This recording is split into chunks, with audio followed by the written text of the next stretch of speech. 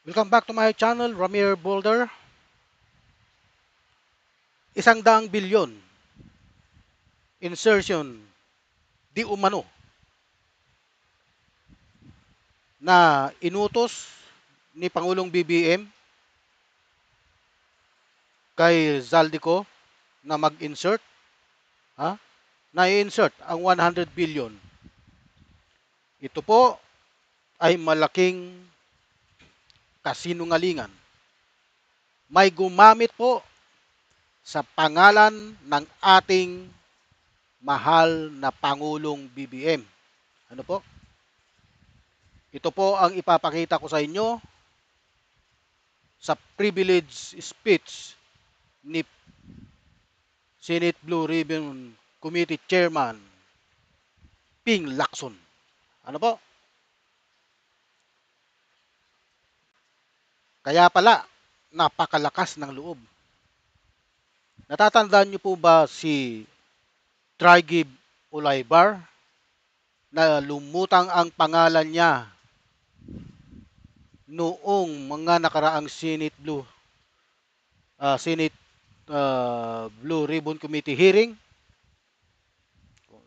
Malamang na kung natatandaan niyo po, isa po siya sa gumamit sa pangalan ng ating presidente. Ano? Pangalawa, ang pamangkin ng Executive Secretary si Adrian Bersamin na nag-resign po, ha?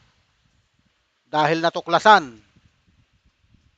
ni BBM na ginamit ang kanyang pangalan.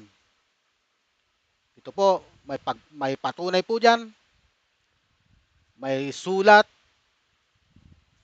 na pinaabot kay BBM. Ano po?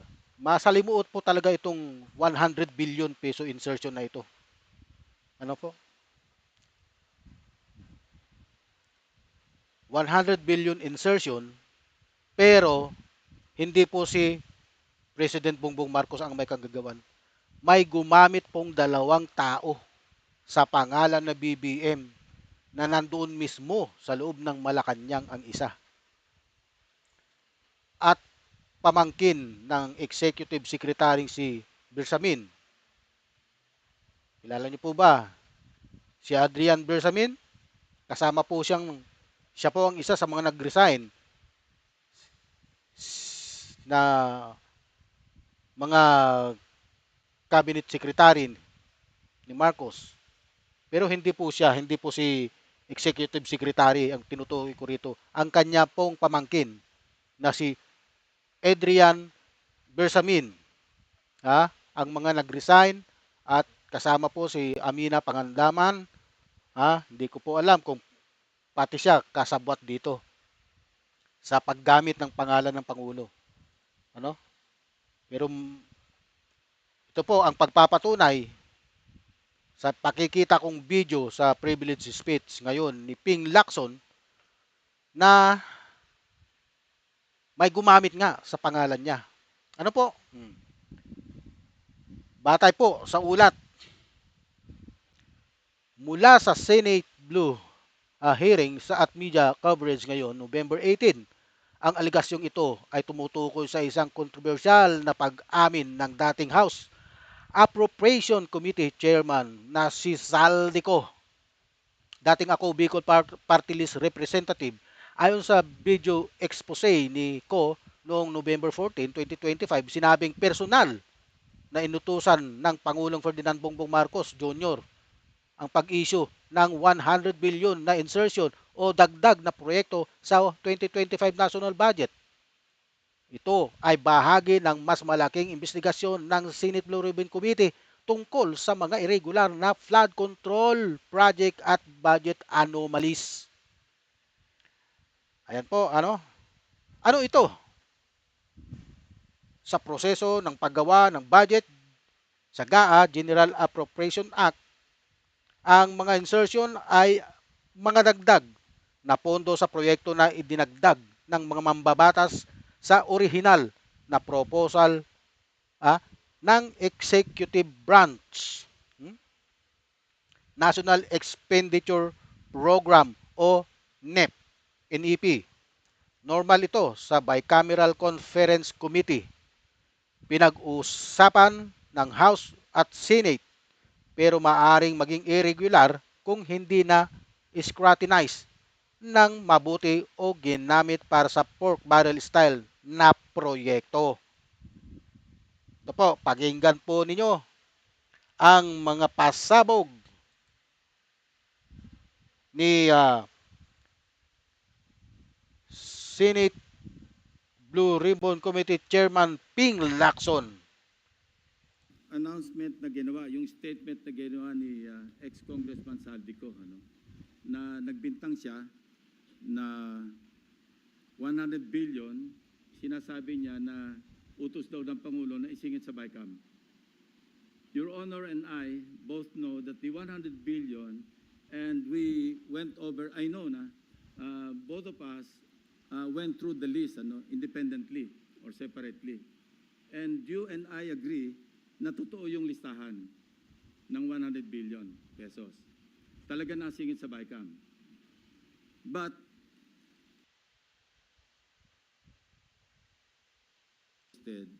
na nag-deliver siya ng 25 billion representing the 25%. Ito po, ulitin natin.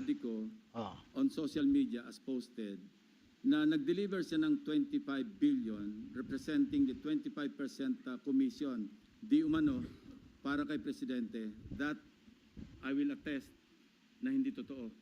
Tama. Yun talaga absolutely. Hindi daw po totoo.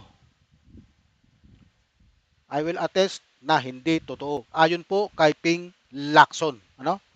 Patuloy po natin. Untrue or false. Untrue or completely false. Why? Because last Sunday, I received a call from the camp of former Undersecretary Roberto Bernardo.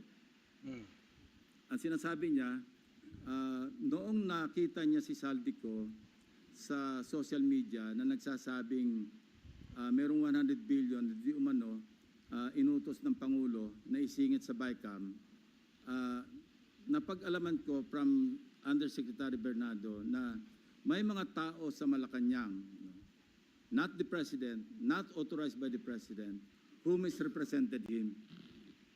I will name some of them. Undersecretary Adrian Bersamin. Ayun na po, binanggit niya na po. Undersecretary Adrian Bersamin. Ito po yung pamangkin ng Executive Secretary Bersamin na kasama niya pong nag-resign kahapon, November 17, sa kasagsagan ng rally ng religious group na Iglesia ni Cristo. Ito po.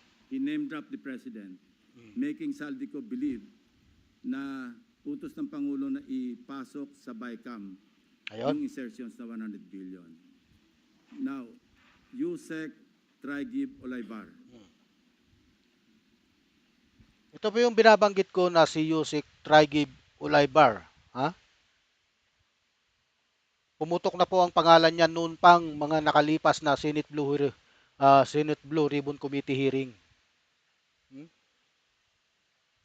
Patuloy po natin. Other personalities. Anyway, regarding the 100 billion, binrake down, kasi nireview niyo yung kanyang notes. This is all related even to the appointment of Secretary Recto to be the Executive Secretary. As he is now the acting, I guess acting kasi hindi naman pwede magbigay ng ad interim appointment because Congress is not in recess, di ba? So, okay. Anyway, ang sabi niya sa akin, hindi po totoo yan, Mr. Senator. Kasi ang breakdown ng 100 billion, 81 billion, yun yung na-assign sa DPWH. Yung 29 billion, other agencies. Hindi niya alam. Out of the 81 billion or out of the 100 billion, yung sa 81 billion, 52 billion, siya ang personal na nag-handle. Ako po nag-handle nun. Nasa notes niya, ito yung kanyang table, binigyan niya ako ng kopya. No. 51.01, I think almost 52 billion. Dito po talaga ako humahanga kay Ping Lacson. Hindi po nagsasalita ito nang wala po siyang ebidensya. Hindi po siya nagsasalita na wala siyang basihan. Ang lahat ng sinasabi niya ay pawang katotohanan sapagkat mayroon po siyang resibo, mayroon po siyang pinanghahawakan na kagaya po niyan, pinapaliwanag niya, ha, na sinasabi po ni Yusek Bernardo, ha, na hindi totoo yung mga binibintang kay PBBM at yung 25% commission. Ha? Ito po, mapapakinggan po ninyo. Ha? Anyway, so 52 billion, yun yung personally hinandle niya. Hmm. And talagang sabi niya, naghatid ako ng pera as kickback. But not to the President, but to Yusek Olaybar. Hmm. And sabi niya, Naghatid ang siya ng paggalang pera niya, kay Yusek kasama Olaybar. si Yusek Adrian Bersamin. Magkasama yung dalawang yun. 8 billion pesos. Si Olaybar at saka si Birsamin. In at least 10 deliveries. Sa 10 delivery, ha?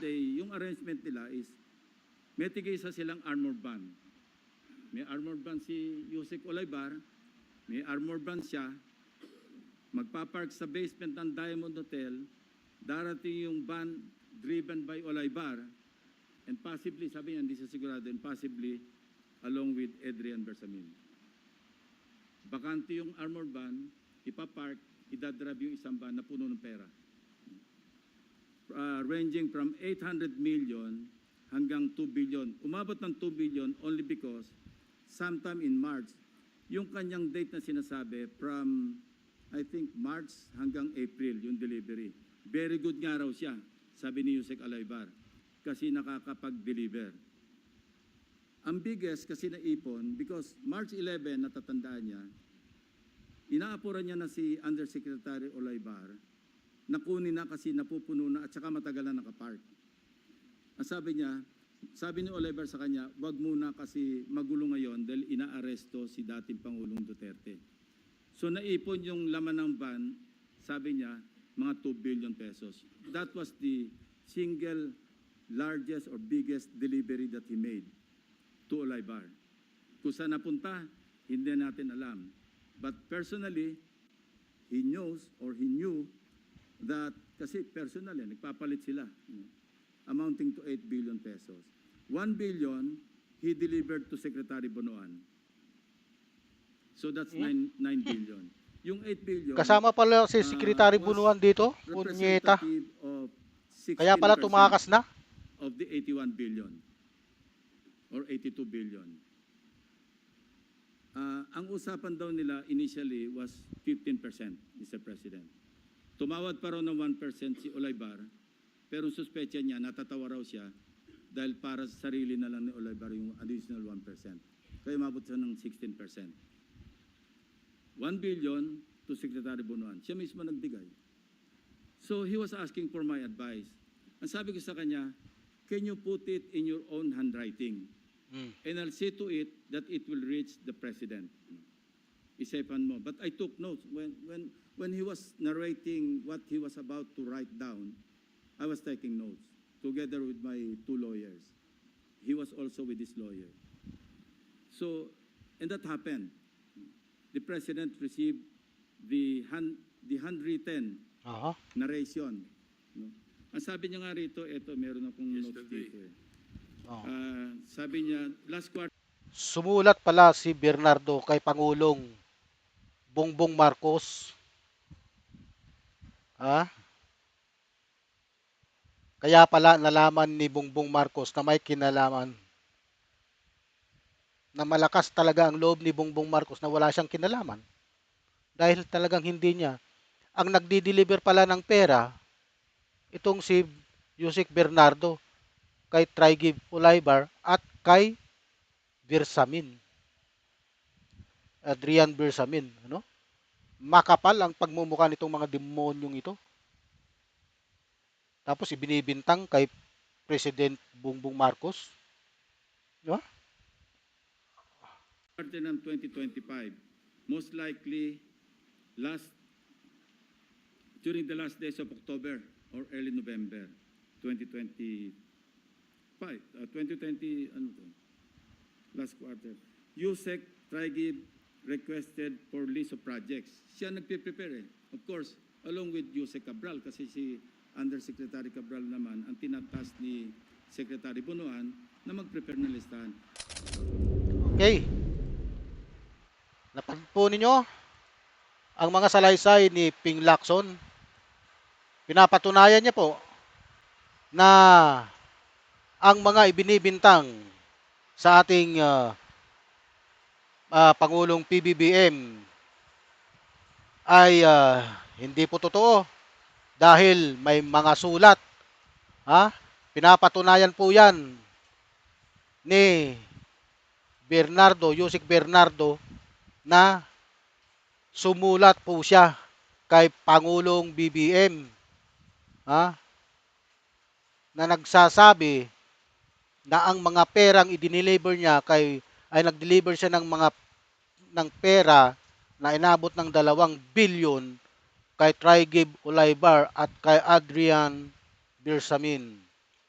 Magaling, mga animal, mga magnanakaw, mga punyeta kayo, kayong mga politiko na kasabwat dito sa mga nakawang ito. Kailangan nyo nang magpakamatay na kayong lahat. Huwag nyo nang hintayin pang husgayan kayo ng tao. Dahil kayo, pag hinusgahan kayo ng tao, mabubulok kayo sa kulungan. Ngayon, kung ayaw nyong mabulok sa kulungan, kitilin nyo ang sarili nyong buhay. Yan ang masasabi ko sa inyo, mga magnanakaw kayo. Pinapahirapan nyo. Akala nyo pera nyo yan? Hindi nyo pera yan. Pera ng taong bayan yan. Taxpayers money yan na pinapakinabangan nyo. Mga demonyo kayo. Kasabwat nyo pa ang mga kongresista at mga senador. Kaya naniniwala ako na ito, magtatagumpay ito. Mga aligasyon, mga iniimbestigahan ngayon. Naniniwala po ako na ito'y magtatagumpay. Malapit na po. Malapit na tayong magtagumpay. Dahil sinasabi na ni Bongbong Marcos na may makukulong bago pa magpasko. Kaya katakot-takot ang ginagawa ng mga sindikato ngayon. Nag-overtime po sila upang pabagsakin si PBBM. Pero hindi po ako naniniwala na sila na mapapabagsak nila kasi nasa panig ni Bongbong Marcos ang katotohanan. At marami pong sumusuporta sa kanya. Ito na lang, unang-una yung AFP at saka yung PNP. Naka-full support sa pamunuan ni Bongbong Marcos. Pangalawa, itong mga cabinet secretary at saka may mga sumusuporta sa kanyang mga congressman. Nagsalita na po si Ricardo Puno, ng Congress, sa House, nagsilat na full support daw po ang kanilang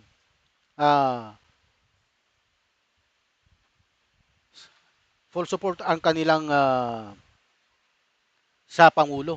Full support sila sa Pangulo, Ganon din po sa Senado. Pero hindi po lahat. Mayroon po talagang sangkot diyan. Naniniwala po ako na sangkot itong mga sila Chis Escudero, sangkot itong si Jingo Estrada, sila Joel Villanueva, nakatanggap po 'yan. Kasi sinasabi po nitong si Yusek Bernardo Siya po ang taga-bigay ng pera. At saka ito, malaking kinalaman nitong Zaldico.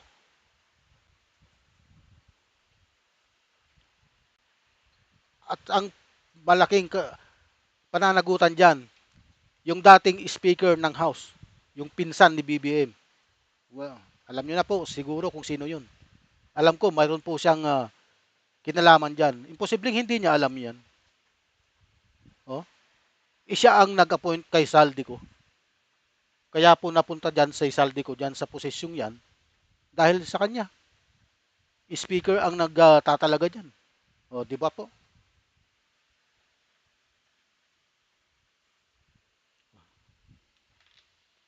Kaya po, sa mga fake news, wag po kayong maniniwala. Ano? Wag kayong maniniwala sa ikinakalat ng mga trolls na fake news, nakakampi ng mga Duterte. Gusto nila talagang babagsakin si PBBM pero hindi nila kayang gawin. Kasi nasa panig sila ng kadiliman. Hindi papayag ang ating Panginoong Diyos, ang ating Ama na nasa langit na magtagumpay ang mga demonyo dito sa lupa. Hmm? Lalo na sa pamahalaan natin. Magtatagumpay po tayo dito. Naniniwala po ako, matatapos ang term ni PBBM na mapapakulong lahat ng mga taong sangkot dito sa anomalyang ito. Napakalawak po ng anomalya. Ano? Okay. Hanggang dito na lamang po. Huwag niyo pong kalimutan mag-like, subscribe at share. Ramir Boulder po. Marami pong salamat at mabuhay po kayo.